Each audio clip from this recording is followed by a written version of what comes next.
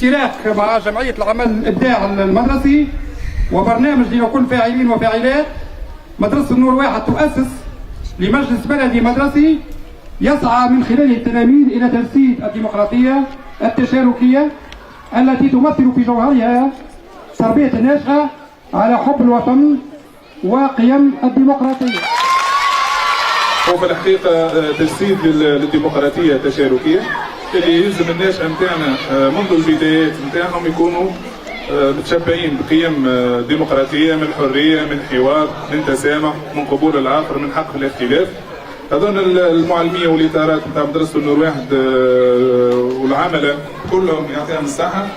في الحقيقة المجلس البلدي هذا هو باش يكون مسؤول على ما هو قيم في الإنسان، كيما السعادة، كيما الحرية، كيما الكرامة، كيما الحوار، كيما الأخوة. باش يكون رئيس المجلس هو فيلسوف صاحب الحكمة. في الحقيقة نحن نريد من تلامذتنا يخرجوا من الرؤية الوطنية بما هي استهلاك لخيرات البلاد بقدر ما هم يأسوا لقيم قادرة باش ترفع من إنسانيتهم وتحقق لهم الوجود اللي تطمح ليه تونس، وهو تحرير إرادة الناشئة نتاعنا لبناء المستقبل. في الحقيقة الثروة اللي تملكها البلاد هي إرادات التلامذة وأفكارهم وحريتهم وتشبعهم بالقيم.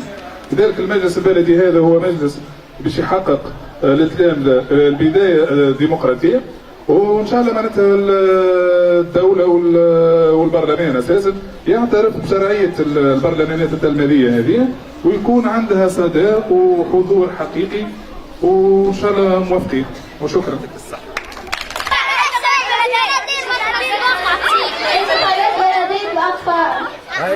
انتخاب مجلس بلدي مدرسي ومحضرين الوقت شكون شفتوا؟ بلدي كنا برشا حماس صح؟ وبرشا طريقة صح؟ بعد ما يشوفنا اصحابنا في خطابهم المناسب للديمقراطية وكل واحد باش يحاول يقنعكم ويكسب ثقتكم. علاش؟ من اجل باش تصوتوني في الانتخابات. فهمنا؟ ما نسمعوا بركة اصحابنا وباش نتعرفوا عليهم المترشحين.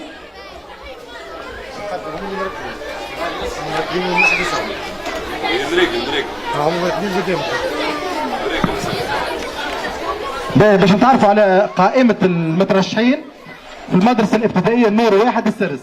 رقم واحد لجين الحرباوي. لجين الحرباوي. وين لجين تاقف ها؟ تصفيقة أقوى على لجين.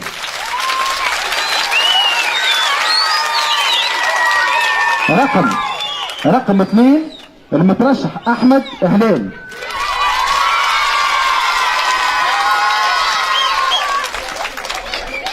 شعبية كبيرة. رقم 3 نيروز اللافي.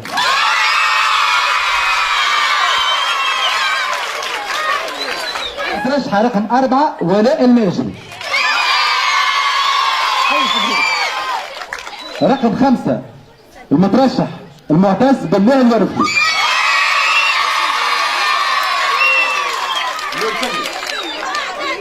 رقم 6 المترشحة سلمى الورفلي. واخيرا المترشحة رقم 7 ريمان الرزقي.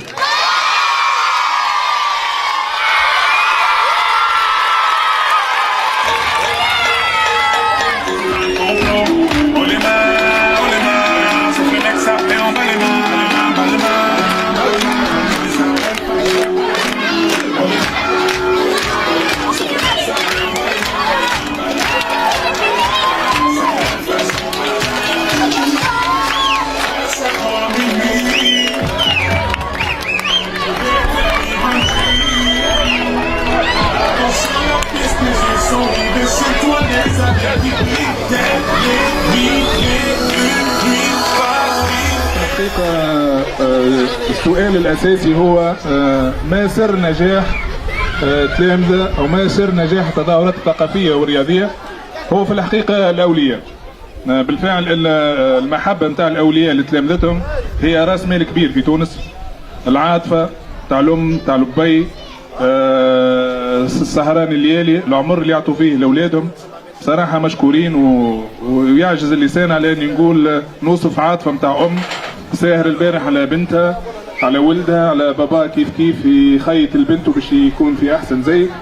بالحقيقة الراس مال هذا راهو ثمين برشا ومشكورين برشا، واذا كان تونس في يوم ما باش تنجح راهي تنجح بالمحبة اللي يعطوا فيها الاولياء لابنائهم، وهذا هو معناتها اللي نحن دين كبير برشا. نتمنى من التلامذة نتاعنا انه هما يفهموه ويعرفوا اللي راهو المعارف اللي قدمها الامهات والاباء راهي ثمينة برشا وما تقدرش حتى ثمن. هذاك علاش نشكرهم برشا وموافقين ويعطيكم الصحة بدون كلمات. بالفعل يعطيكم الصحة.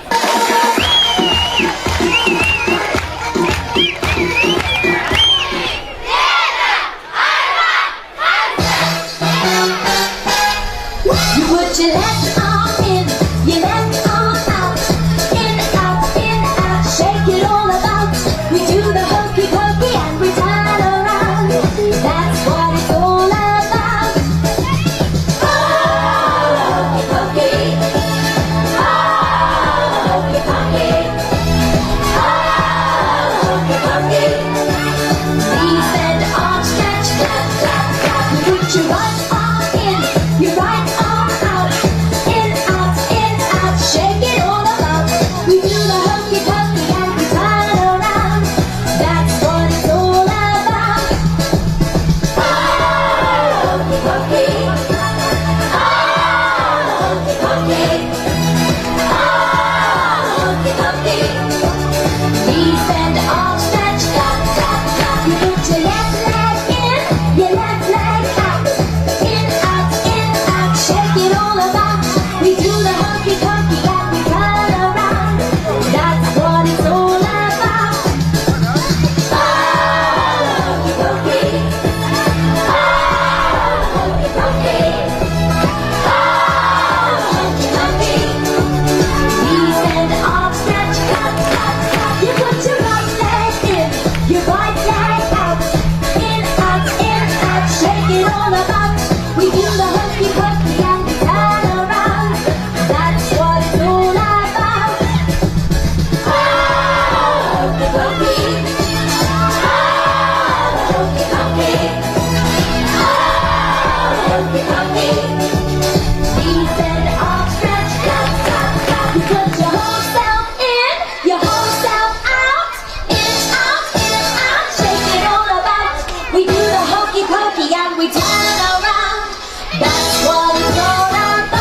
Wait a minute.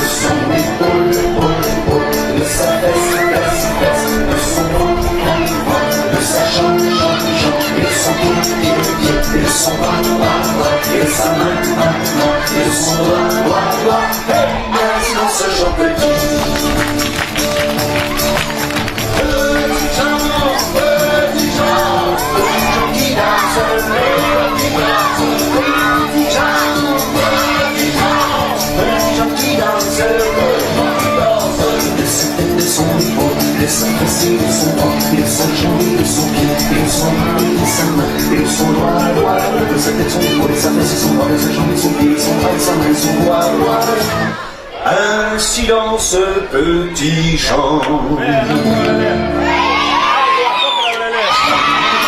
باش يحاولوا هم الان في حملة تنافس كبير، باش يحاولوا يقولوا لاصحابهم لا يجوكم المترشحين كلها باش يحكوا لكم على البرنامج بتاعهم، برنامج الانتخابي واللي يعود بمشروع الوطن من خلال الحملة هذه.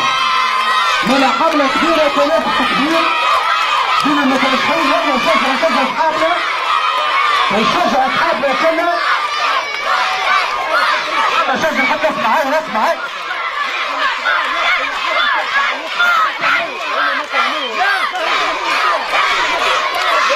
اصحابنا كلنا، نسمع اصحابنا. يلا نسمع يلا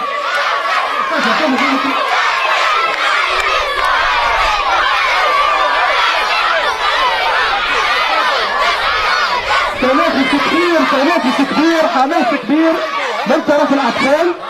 يلا انا شوف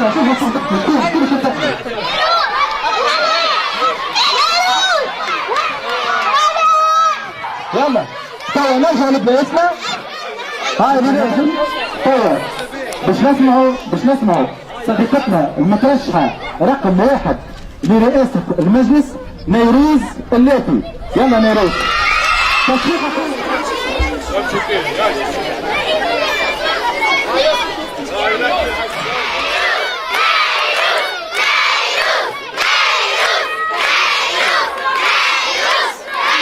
de cet homme qu'elle devait désormais appeler mon mari. Non, elle n'a pas fait cette folie que d'épouser son amoureux du moment. Non, elle n'a pas choisi qu'elle appellerait cet homme ainsi. C'était là, posé devant elle, et elle n'a pas eu le choix. Cette adolescente, c'est Nedia Ben Khalifa. Nedia a été mariée à son violeur alors qu'elle n'était qu'une enfant. Et comme si cela ne suffisait pas, elle a été battue pendant 1 an par son mari avant de se suicider avec de la morora.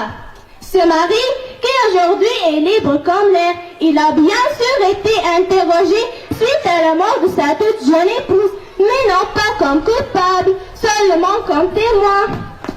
Après avoir déclaré que la belle-fille était responsable, que la belle-famille était responsable de la mort de la jeune fille et que leur mariage était un accord des 2 parties. Il a été relâché et vit aujourd'hui paisiblement au nord de la Tunisie.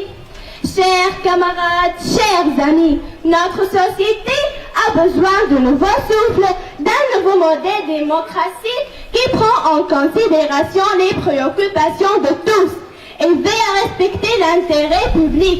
L'idée dominante aujourd'hui est que pour mieux gérer, il faut gérer avec le citoyen, dans la proximité. Cela permet de connaître les besoins du peuple et d'augmenter la communication. Des espaces publics locaux sont nécessaires dans lesquels les citoyens peuvent échanger et discuter. Il faut faire aux citoyens et aux associations la place qui doit être la leur dans le fonctionnement de notre modèle social que nous voulons promouvoir. Aujourd'hui, la démocratie traditionnelle semble avoir atteint ses limites. Je vous sollicite tous, hommes et femmes, à œuvrer pour que notre rêve soit une réalité. Vivre ensemble dans une société égalitaire où chacun a le droit de faire entendre sa voix. Je vous remercie. نسمع المترشحة رقم 6 سلمى الورفلي. تصفيق على سلمى أقوى.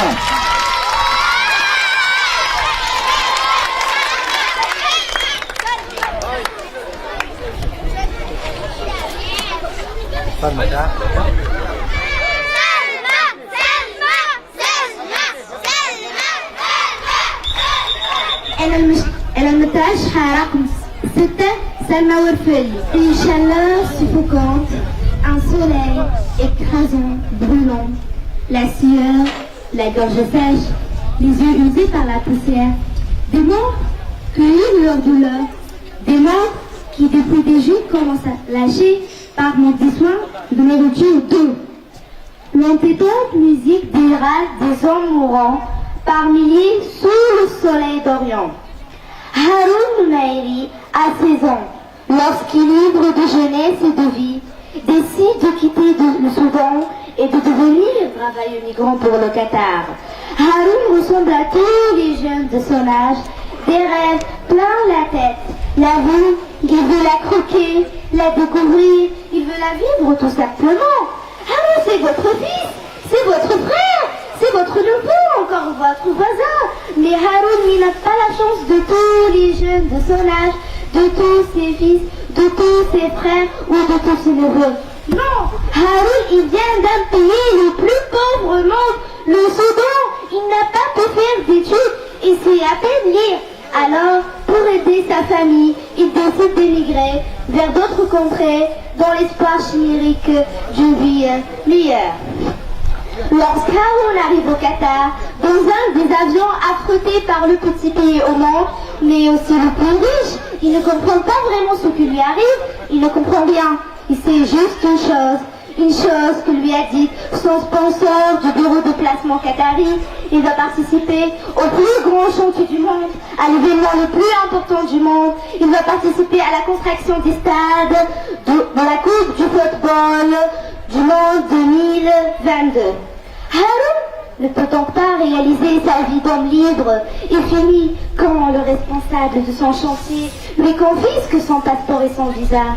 Il ne comprend pas qu'à ce moment même, ce moment où des étoiles plein les yeux, il rêve du ballon rond et de hurrah. Il ne comprend pas qu'à ce moment même, il n'est plus rien, il n'est plus un être humain aux yeux des lois qatari.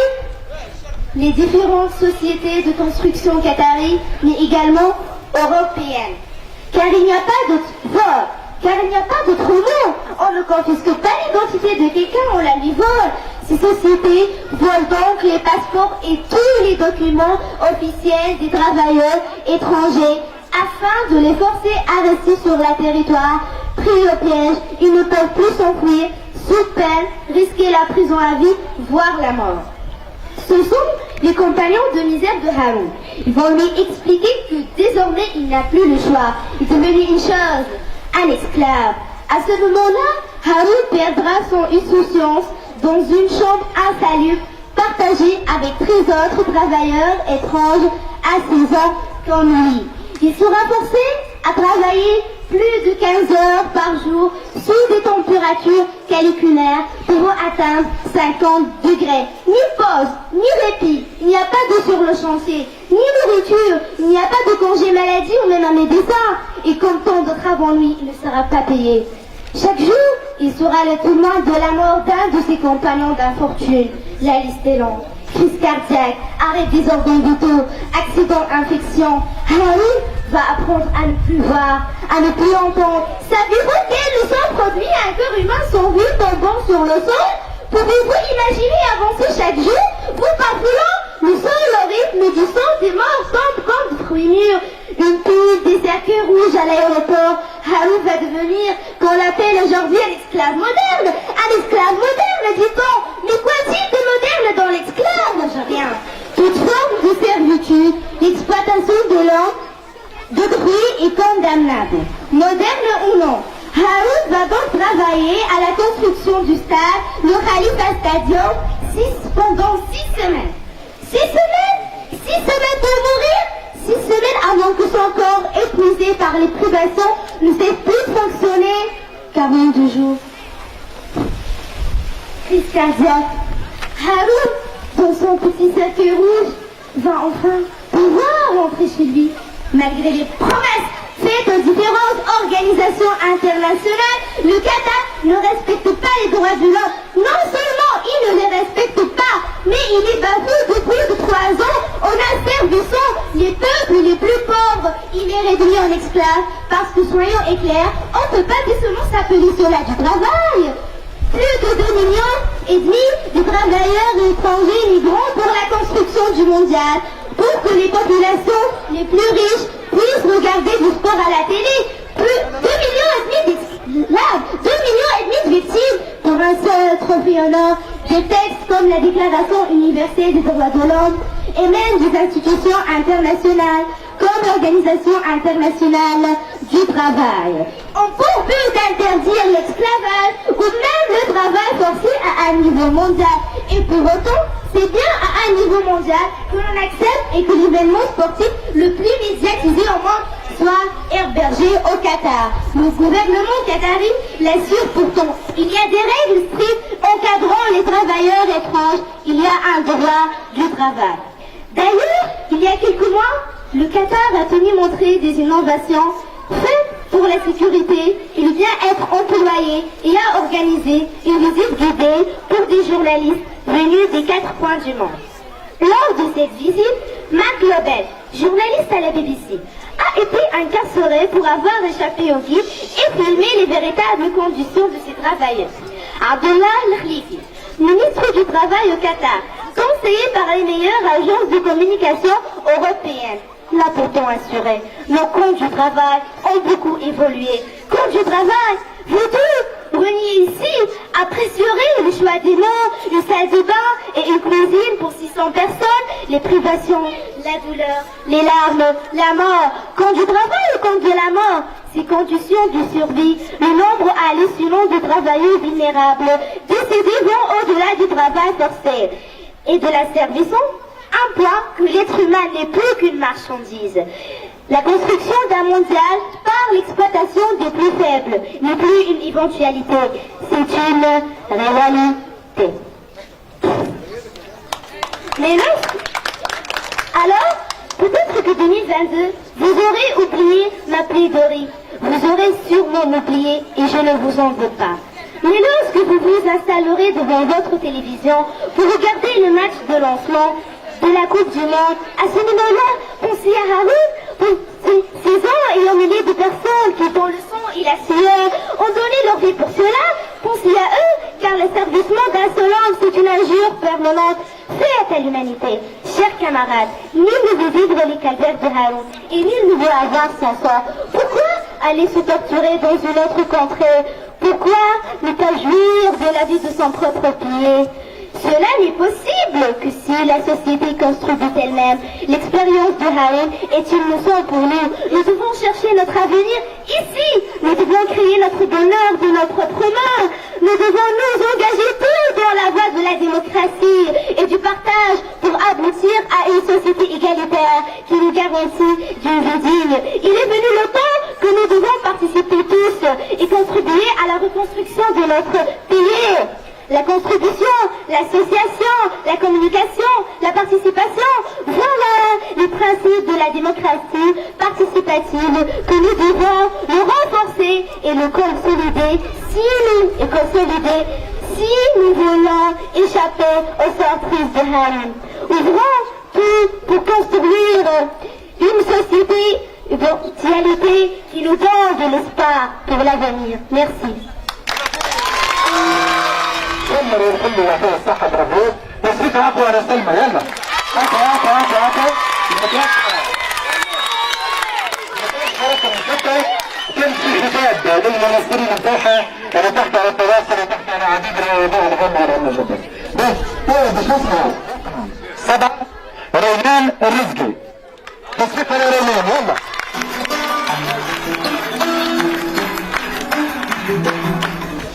اسمي ريمان رزقي مترشحة رقم 7.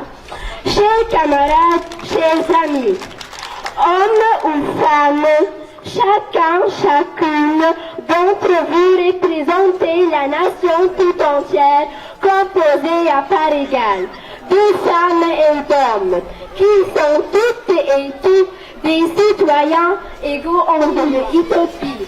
Une égalité sur le papier qui nous revient de faire advenir dans la réalité de la société tunisienne, effective dans la vie de toutes et de tous. Notre fille demain en Tunisie ne doit plus fatalement équivaloir à de moindres opportunités dans la vie, ni à entraver la liberté de choisir un destin et de le réaliser selon mérite.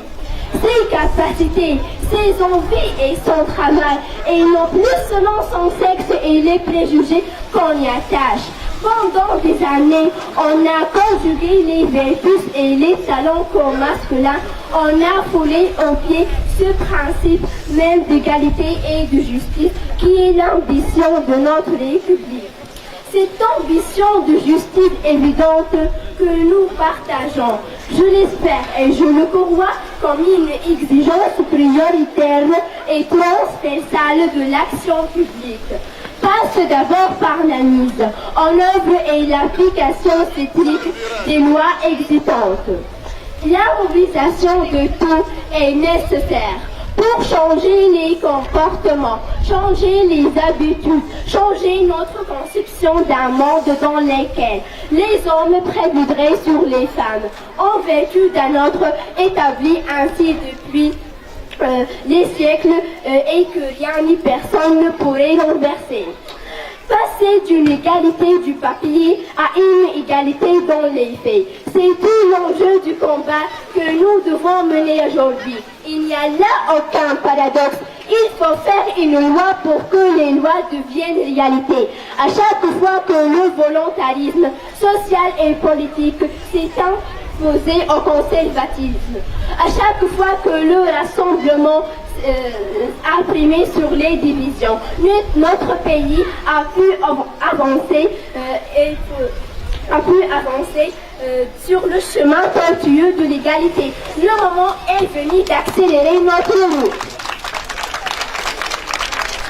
Avancer d'abord pour ne pas reculer. C'est cela le combat pour les droits des femmes. Tout défaut de vigilance, toute faiblesse dans l'approfondissement et la consolidation de tout et la consolidation seront déterminés intransigeants. Le droit des femmes à décider seul de leur vie a été chèrement acquis. Il sera chèrement protégé. Il faut pour cela accepter de se pencher sur des sujets nouveaux, d'adopter un regard différent et d'aller débusquer les causes les plus profondes des inégalités. Ou qu'elles soient conscientes ou inconscientes, il faut compter sur une volonté commune pour aboutir à des lois ambitieuses et les plus efficaces possibles. Des femmes actives, autonomes, émancipées, formées et diplômées, qui prennent toute leur part à l'économie et à la vie sociale de notre pays.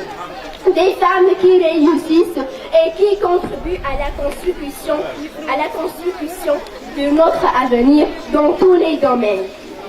Chers camarades, si nous voulons changer la société, il faut l'affirmer. Les images dégradantes des femmes, les violences qui leur sont faites et les stéréotypes sexistes ne doivent plus avoir de roi de côté. Les lois doivent surveiller, contraindre et sanctionner. Tous ces efforts doivent constituer la matrice d'une action de longue haleine. Une perspective à laquelle nous devons fixer un terme, un aboutissement, celui d'une génération pour qui nous préparons les conditions d'une société de l'égalité réelle. Si je souhaite que mon discours d'aujourd'hui soit entendu, c'est que son ambition est d'engager notre pays sur un chemin sans retour, celui de l'égalité entre les hommes et les femmes, sans laquelle il n'y a pas de réelle liberté. Je suis convaincue que la place des femmes dans une société est un authentique marqueur du nouveau réel, du développement. C'est d'autant plus vrai qu'à notre grande honte, des régressions ont tendance à se multiplier et à s'intensifier sous l'effet des courants religieux qui ont tout comme point commun l'obscurantisme, l'ignorance de la marche du monde. C'est pourquoi il faut les accompagner dans leur nombreux ambitieux projet. Le droit des petites filles à accéder à l'école, à l'éducation, au savoir et à pouvoir choisir librement leur orientation. Leur droit de se marier avec qui les souhaitent, de divorcer, de se remarier. Leur droit à travailler et à être bien rémunéré, à s'exprimer, à vivre dignement, à ne pas subir la domination des hommes. Leur droit à être protégé. Dans cet ordre d'idées, je vous invite à avoir une pensée pour toutes celles qui souffrent, pour les femmes et jeunes filles confrontées aux violences et aux discriminations. Une pensée pour les femmes de l'arrière-pays qui vivent dans l'ombre, au jour le jour, souffrant des exactions, pleurant de ne pouvoir trouver de la nourriture pour leurs enfants, angoissées pour l'avenir de leur famille. de la famille. Avec votre formation, une réflexion personnelle enfin. La femme rurale en général, la campagne ne doit pas être considérée comme un conservatoire, mais comme une partie de cette société en mouvement. La femme rurale est une femme moderne de son temps et non la figure stéréotypée et caricaturale que véhicule une imagerie rétrograde, pour ne pas dire ringarde. Il n'y a qu'une femme tunisienne libre et universelle. Chers camarades, nous aurons réussi lorsque la journée nationale de la femme n'aura plus de raison d'être, ou plutôt lorsque ce sera tous les jours le 13 août. L'aspiration à une vraie égalité entre les femmes et les hommes ne se sépare pas d'un autre sujet encore préoccupant. Une société développée et équilibrée. Elle sait toutes les forces s'impliquent dans les affaires publiques et contribuent à la gestion de ces ressources. Notre démocratie sociale est à la recherche de nouveaux équilibres. Cet équilibre qui était durant de longues années. Impossible à cause de cette distance que nous prenions vis-à-vis des affaires politiques, sociales et économiques du pays. Impossible à cause de notre inertie, de notre démission. Il est temps de mettre fin à toutes ces lacunes qui nous empêchaient de nous développer, de nous améliorer. Nous devons mettre la concertation, le partage et le dialogue au cœur de nos processus de décision. C'est de cela dont je veux dire un mot aujourd'hui, et de la place faite de la démocratie participative. Le droit d'association et de participation est une liberté fondamentale. Notre force aujourd'hui, c'est notre harmonie, c'est notre diversité mise au service de l'intérêt public et national. Nous sommes réunis par la volonté de contribuer à la modernisation de notre modèle social et économique. Chers amis, j'ai conscience que l'attente des partenaires sociaux n'est pas que l'État s'efface, mais au contraire, qu'il fixe le cadre d'une transition collective, qu'il trace le chemin vers une société qui nous réunit, nous, hommes et femmes, sans exclusion, sans monopolisation. Je finis par ces mots de scandale qui disaient déjà au VIe siècle: l'admission des femmes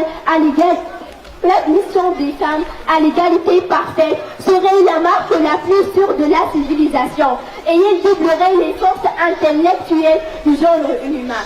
Alors, donnons au sexe féminin la place qu'il mérite dans une société en mouvement, une société dont la clé de progrès est la démocratie participative. Je vous remercie pour votre écoute.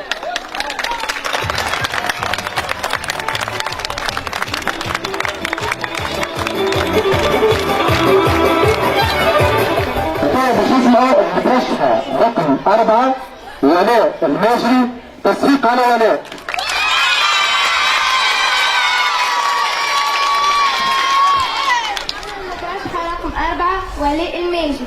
En élevant l'enfant, nous élevons l'avenir. Élevez mon profond, en améliorant cette qui teinte, nous faisons l'éducation de l'inconnu. Si l'enfant a la santé, l'avenir se portera bien. Si l'enfant est bien élevé, l'avenir sera bon. Éclairant et enseignant cette enfance, voici une histoire authentique, réelle, que j'ai l'intitulée « Je veux vivre ».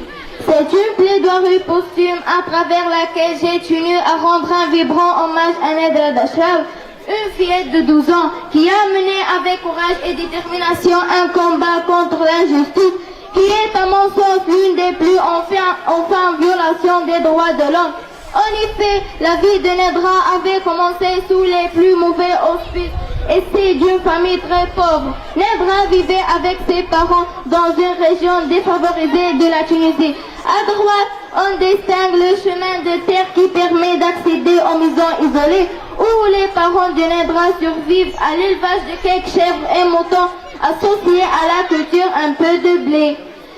Pour être à l'école à 8h du matin, Nedra quitte son domicile à 5h30. Il faut imaginer sans rêver, alors que le jour n'est pas encore levé et que le vent glacial souffle en rafale des heures. les efforts d'une petite fille de 12 ans pour quitter la douceur de l'épaisse couverture, se laver le visage à l'eau glacée, puis s'habiller en grelottant avant de se m'étoffer pour affronter le froid cinglant de cette région où le climat est particulièrement rude. Pour arriver plus rapidement jusqu'à la route la conduisant à l'école, Nedra avait l'habitude de déballer une pente abrupte en se raccrochant aux branches des buissons et de plantes sèches pour freiner sa descente. À la fois très éveillée et généreuse, Nedra avait très vite compris la pénibilité, la dureté de sa vie et de celle des habitants jeunes et vieux du village avoisinant.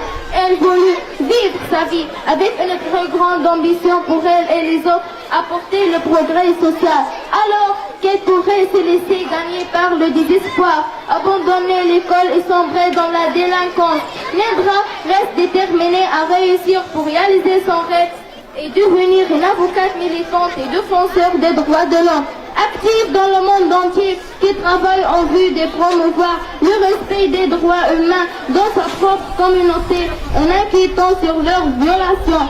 Je ne veux pas rester pauvre, je veux concrétiser, vivre mes rêves, se confie la petite fille. Nedra avait un confident, un ami, à qui elle parlait régulièrement de ses projets et ses désirs. Ce confident, c'est un arbre, un amandier, cher camarade. Elle aimait la couleur de son écorce, de ses feux. Elle se sentait en sécurité et en confiance sous son bel ombrage. Quel plus beau symbole de la vie, de l'élévation de l'âme qui représente en effet un arbre. L'amandier pour elle est le symbole de l'élévation, du culte, de la vie, du chemin ascensionnel, de la mort, de la régénération. Il contient une foule de significations cachées son symbolisme est présent dans la quasi-totalité des cultures et des religions. Cet amandier est devenu son confident et son protecteur.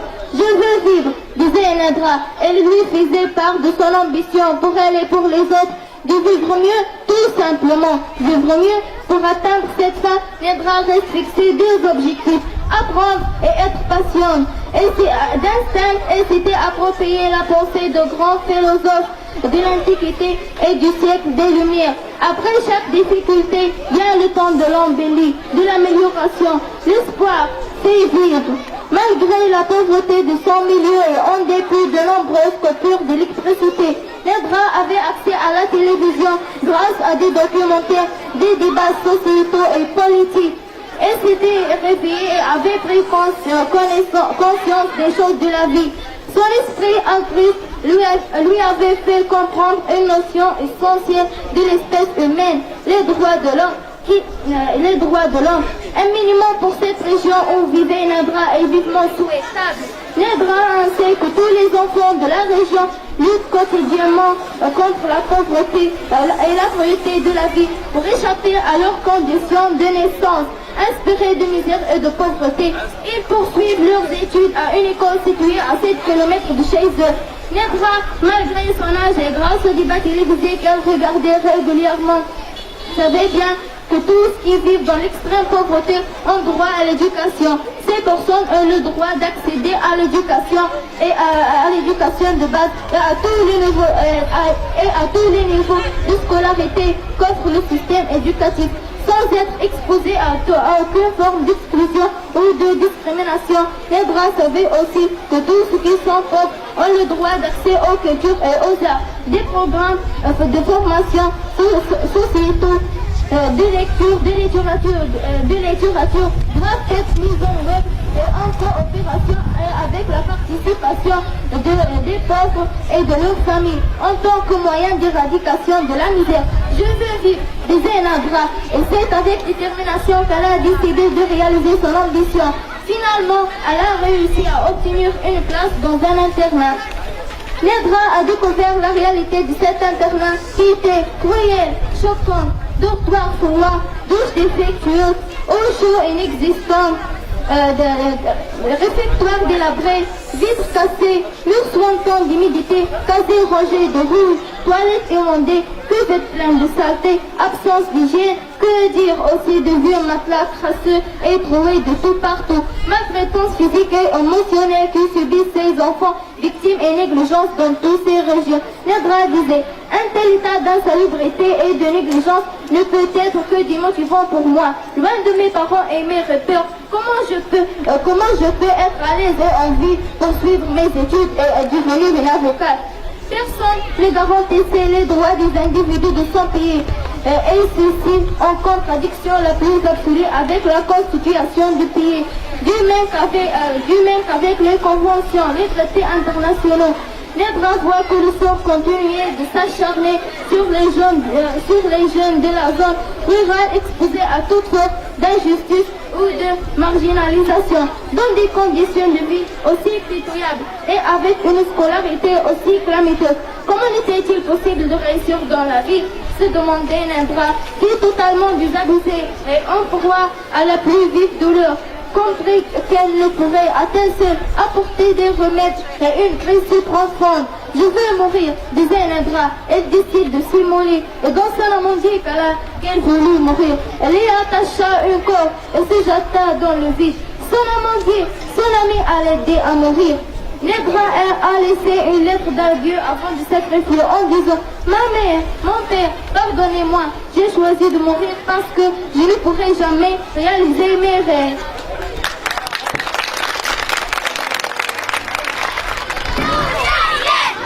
بحيث الوطن بشوفنا المترشح رقم 1 لجان الحربية تصفيق كثير على لجان.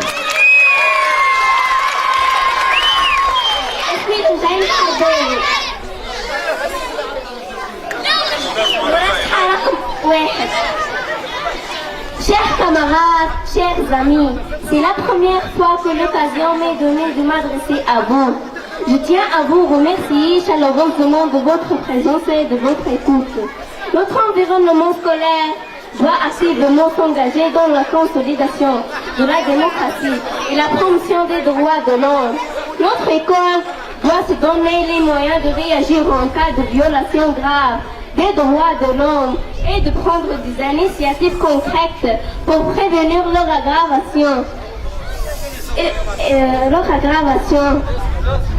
Initiative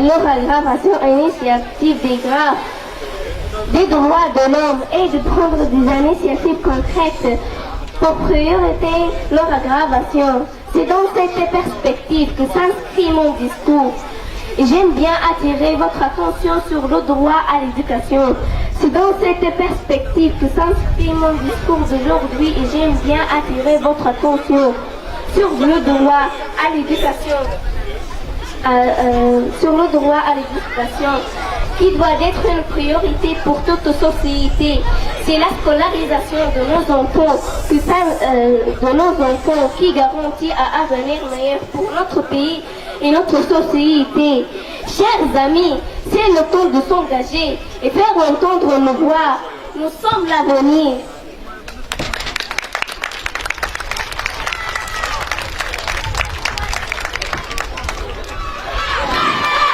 أنا أحمد همال سنة 6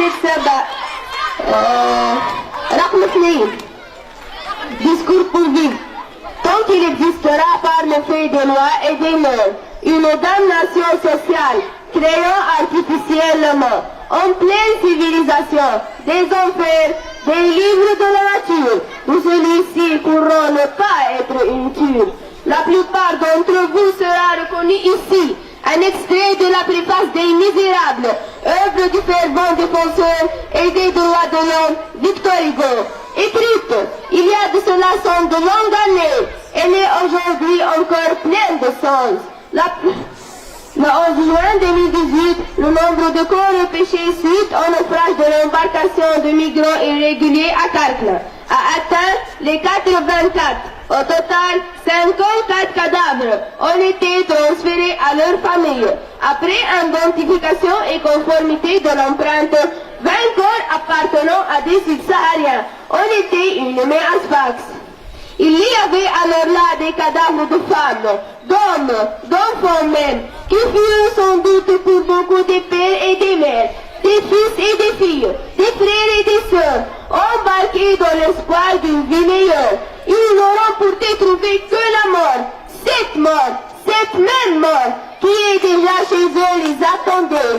Des tragédies telles que celle-ci, on peut tristement citer des dizaines, mais toutes sont le reflet de la réalité des frontières hostiles et mortelles. Ces des êtres humains qui faisaient la guerre, les persécutions, les misères, auront vu nos espérances brisées, broyées par l'hiver européen et la fureur des mers. C'est pour cela que je suis là aujourd'hui devant vous, pour donner une voix à ceux qui n'ont personne pour être entendus. Vous l'aurez compris, je défends le droit à l'immigration parce qu'en ces temps troublés, il est plus que nécessaire, il est vital.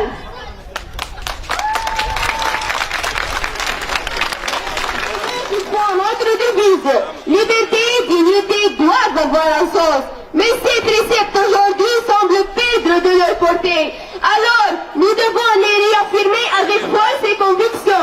Et pourtant, les réfugiés, lorsqu'ils arrivent en Europe, sont arbitrairement détenus, sont possédés sans jugement, comme si le fait de fuir une vie entre les yeux des autorités, sujet à soupçon. Ainsi, on leur interdit d'exercer un droit. Chaque personne a le droit de circuler librement. Avant d'être tunisien, sénégalais, français, syriens ou autres, nous sommes des êtres humains et nous appartenons à une même famille, une belle et grande famille, l'humanité.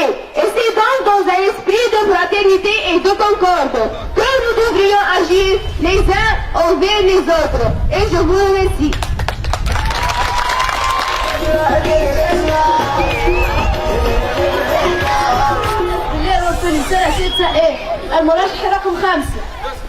Chers camarades, chers amis, depuis 23 ans, nous vivions en Tunisie, écrasés par la dictature d'un régime politique qui négligeait la démocratie et les droits de l'homme. 7 enfants humiliés et torturés. La Déclaration universelle des droits de l'homme nous dit: nul ne sera soumis à la torture, ni à des peines, au traitement cruel ou inhumain. Mais la réalité nous dit le contraire. Jusqu'à aujourd'hui, des enfants, des femmes et des hommes continuent à souffrir de la violence et de la torture. Chers amis, les droits de l'homme sont un combat, sont un défi qui nous est lancé. Relevons-le au nom des innocents qui meurent, au nom des principes si écrasés des droits de l'homme. Car oui, la torture est une pratique odieuse. Elle est barbare et inhumaine. Rien ne saurait la justifier. Travaillons ensemble pour l'éradiquer. نعملوا رحلات، نعملوا ملاعب في مدرسة نزينوها، نعملوا فيها برشا حاجات يعني مزيانة هكا. نحب مدرستنا تولي أحسن مدرسة. بالنسبة ليك تلميذ يتمتع بكل حقوقه؟ طبيعة. ما هو أهم حق يتمتع به التلميذ؟ أهم حق يتمتع به التلميذ هو إنه يعني يتعلم بالكدا، يعرف كيفاش يقرأ ويعرف كيفاش يتعلم ويعرف شنو الحاجة هذيك ويبدا مثقف خاصة زادا. هل تعتقدي أن البلدية اللي هي يسيطروا عليها ناس كبار ومنتخبين فيها ناس كبار نعملوا بقى حاجة أخرى معاها كيما البلدية مدرسية خاصة بالتلامذة مش حاجة باهية؟ حاجة باهية برشا باش يعني التلامذة يتعلموا باش كيف يكبروا، يعرفوا كيفاش يتكلموا، يعرفوا كيفاش يحكوا، يعرفوا شنو هو الحاجة هذيك، يعني يعرفوا المسؤولية نتاعهم. حاجة باهية برشا البلدية هذه نتاع الصغار باش نهار آخر يعني يتعلموا كيفاش يحكوا ويتعلموا برشا حاجات نهار آخر. وشنو هو أهم حق تنجمي تقوليه إنك أنت تحبي تحقيه؟ أهم حاجة يعني نعرفش يعني إنه واحد يتعلم بالكدا في المدرسة نتاعو. يعطيك الصحة نيروز. لوجين، أنت طموحاتك رئاسة البلدية ولا ترشح بلد؟ طموحاتك رئاسة البلدية ولا ترشح بلد؟ ترشح معناها طموحات حتى الناس الكل اللي ما يقراوش نحب معناها نوفر لهم الحاجات اللازمة اللي ما يقراوش، اللي يحبوا يقراوا على رواحكم يقراوا على رواحهم لكن البلدية هذه ما عندهاش ميزانية. زعما نطالبوا الدولة أن هي تعطينا فلوس باش تولي عندنا ميزانية. أي حتى نمشي نشارك نعطي فلوس زادة. عندك برشا فلوس تعطيهم لنا؟ إن شاء نتجملوا، كل واحد يجمل مدرسة كاملة تجمل باش يعطيك صح، فكره باهيه دي، نعملوا ميزانيه خاصه بالمدرسه. سلمى هاي باش خلي لك انت الميكرو وتعبري على بكل حريه شنو تحب. معتز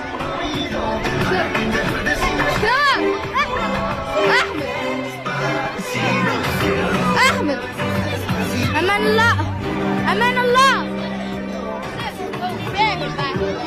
لا باش ناخذ الرجال. Dans le monde, il y a des esclaves encore qui sont assassinés, brutalisés, dans l'indifférence la plus totale. Haroun, mon discours, existe sur un jeune homme, 16 ans, qui s'appelle Haroun. Mais ce malin n'a pas de la chance de nous. Alors, ont pour but d'interdire l'esclavage ou même le travail forcé à un niveau mondial. Et pour autant, c'est bien à un niveau mondial que l'on accepte. Tous. Moi, je m'appelle Warfili Salma et j'ai des rêves. Comme je veux aider les autres, et je veux que la société et que nous tous participent et contribuent à la reconstruction de notre pays. Parce que il y a des autres dans le monde, il y a des autres gens qui meurent, qui sont utilisés par les populations les plus riches. Et moi, je veux aider ces gens. Je veux qu'ils vont à l'école comme nous, parce qu'ils sont des humains comme nous, mangent comme nous, vivent comme nous. Je veux souhaiter une vie rose pour ces enfants et je veux que tous les rêves, ils vont vivre une vie heureuse. Moi, j'ai beaucoup des idées et des propositions. Tous, on peut, parce que tous, on peut battre ces esclaves et ce travail, comme faire une collection d'argent pour aider les peuples les plus pauvres, parce qu'il y a des autres populations plus riches qui les réduisent en esclaves. Mais soyons clairs, on peut pas. On peut, si on peut, on veut. Si on veut, on peut. On peut battre l'esclave ou même le travail forcé à un niveau mondial. Je veux que notre école être comme une star. Je veux que tous les rêves des élèves être comme ils veulent. Comme je veux les jardins publics. Ils sont très faibles. Il faut arroser les fleurs, faire des autres choses dans le jardin, décorer notre école, faire des autres talents dans l'école comme le théâtre, la danse, le sport, le football, tous. Et je souhaite pour tout le monde une vie rose. Merci. بالكدا على خاطر قامت بمجهود هايل ياسر. حبت تنور مدرستها، حبت تنور المعلمه نتاعها. ان شاء الله صغيرات الكل يكونوا على منوال سلمى، يحاولوا يدعموا اي مجهود يتقام في المدرسه، يدعموا المعلمين اللي يحبوا يعملوا تظاهرات في المدرسه، ما نحاولوش نوقفوهم، نشاركوا صغيراتنا، نقول لهم اي امشي شارك في المسرح، شبيه المسرح ماهوش عيب. كان فما نادي موسيقى، كان فما اي نوادي اخرى، ماذا بينا صغيراتنا الكل ينشطوا، يكونوا مطلعين على كل شيء ما هو جديد في المدارس الاخرى. نصلي على النبي تلقاهم متقدمين برشا، نحبوا ما يقولوش على المدارس الداخليه اللي هي ناقصه برشا حاجات، نحبوها مواكبه الكل المدارس على كل مستوى جهوي، وان شاء الله صغيرات يكونوا متالقين. عندي معلمه بمدرسه النور واحد حاضره في التظاهره هذه، ان شاء الله تنال اعجابكم. يعني تمت الامور بكل مصداقيه، شاركوا تلامذه بكل حماس، وان شاء الله تنال اعجابكم وكهو. أنا برشا إني خليت تلامذتي يشاركوا في الديمقراطية التشاركية ويأسسوا لها. فرحانة برشا على خاطرني خليتهم يكونوا نزهاء، خليتهم يكونوا عندهم دي برانسيب يدافعوا عليها.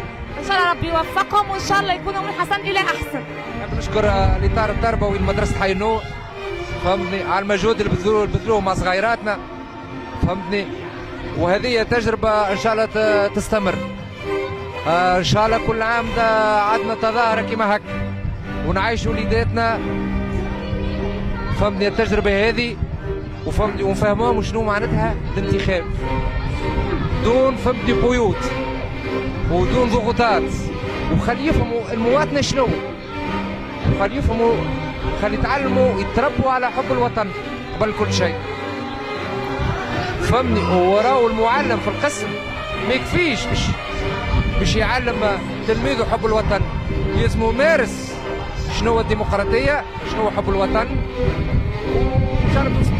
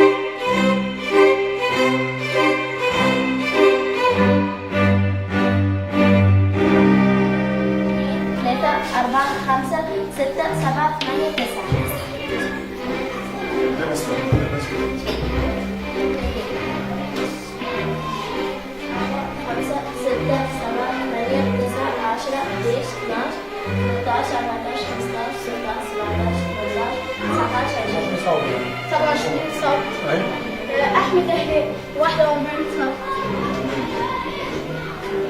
فيروز الليل 217. المرتبة الأولى ولي ماجد 47 صوت. المرتبة الثانية أحمد هلال 41 صوت. المرتبة الثالثة المعتز بالله والفن 33 صوت. المرتبة الرابعة مشان الحربية 27 صوت. المرتبة الخامسة فيروز الليل 27 صوت. المرتبة السادسة سلمى والفن 26 صوت. المرتبة السابعة ريمان الرجل 9 أصوات. الرحيم. انا ولا الماجري نشكر اصحابي كل المعلمين الكل وما وبار خاطري انا ربحت اليوم باش نعمل برشا حاجات باهية في المدرسة.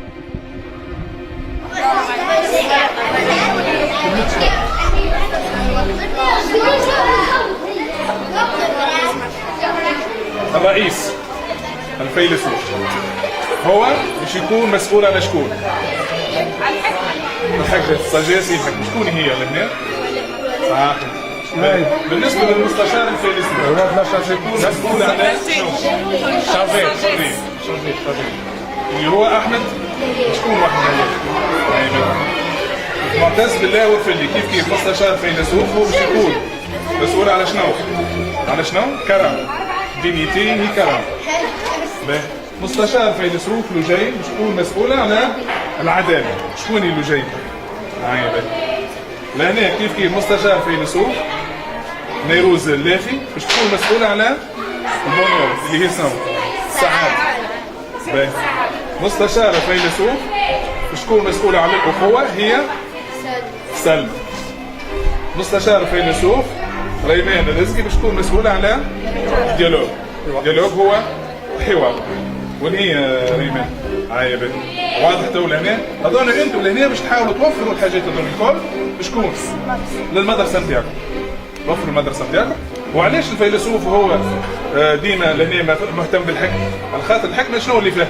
فيها الحرية، فيها الكرامة، فيها العدالة، فيها السعادة، فيها الأخوة، فيها الحوار. وهو اللي بالحكمة نتاعو باش يكون مهتم بكل شؤون الإنسان. فهم سميناه نحن رئيس فيلسوف. هذا هو مجلس البلدي نتاعنا تاع المدرسة نتاعنا. فهم الديمقراطية. صح. هذه الديمقراطية جابتكم باش تكونوا انتم توفروا لاصحابكم قيم هذه. فاهمين؟ باهي يعطيكم الصحة. هاي سيدي نهنوكم بالكدا.